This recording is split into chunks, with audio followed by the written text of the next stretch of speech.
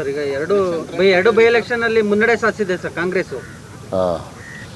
ನಾವು ಎಕ್ಸ್ಪೆಕ್ಟೆಡ್ ಮಾಡಿದ್ದು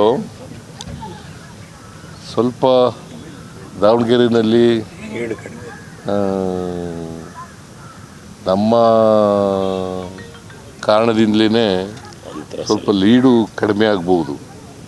ಆದರೆ ನಾವು ಗೆಲ್ತೀವಿ, ಅಲ್ಲಿ ದಾವಣಗೆರೆಯಲ್ಲೂ ಕೂಡ ಗೆಲ್ತೀವಿ, ಬಾಗಲಕೋಟೆಯಲ್ಲೂ ಕೂಡ ಗೆಲ್ತೀವಿ. ಪಂಚರಾಜ್ಯ ಚುನಾವಣೆಯಲ್ಲಿ ಕಾಂಗ್ರೆಸ್ಗೆ ಓವರ್ ಆಲ್ ಹಿನ್ನಡೆ ಆಗ್ತಾ ಇದೆಯಲ್ಲ ಸರ್ ಎಲ್ಲ ಸ್ಟೇಟಲ್ಲೂ. ಈಗ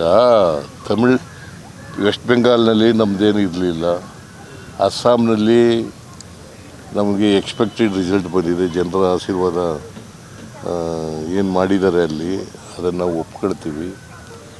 ಕೇರಳದಲ್ಲಿ ನಮ್ಮ ಎಕ್ಸ್ಪೆಕ್ಟೇಷನ್ಗಿಂತ ಹೆಚ್ಚು ಸ್ಥಾನಗಳನ್ನು ಗೆದ್ದಿದ್ದೀವಿ. ನಾವು ಸುಮಾರು 76ರಿಂದ 80 ಗೆಲ್ತೀವಿ ಅಂತ ಹೇಳಿದ್ದು, ಈಗ 95ರವರೆಗೂ ಕೂಡ ಗೆದ್ದಿದ್ದೀವಿ, ಮುನ್ನಡೆ ಸಾಧಿಸಿದ್ದೀವಿ.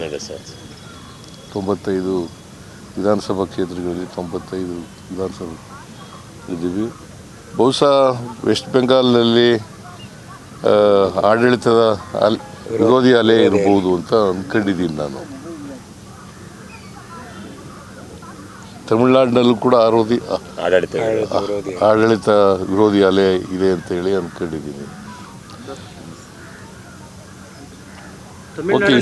ತಮಿಳುನಾಡಲ್ಲಿ ಒಬ್ಬ ನಟ ಫಸ್ಟ್ ಟೈಮ್ ಪಾರ್ಟಿ ಕಟ್ಟಿ ಸಕ್ಸಸ್ ಆಗ್ತಾ ಇದ್ದಾರೆ. ಇನ್ನೂ ಅವ್ರಿಗೆ ಅಭಿನಂದನೆಗಳನ್ನು ಸಲ್ಲಿಸ್ತೇನೆ.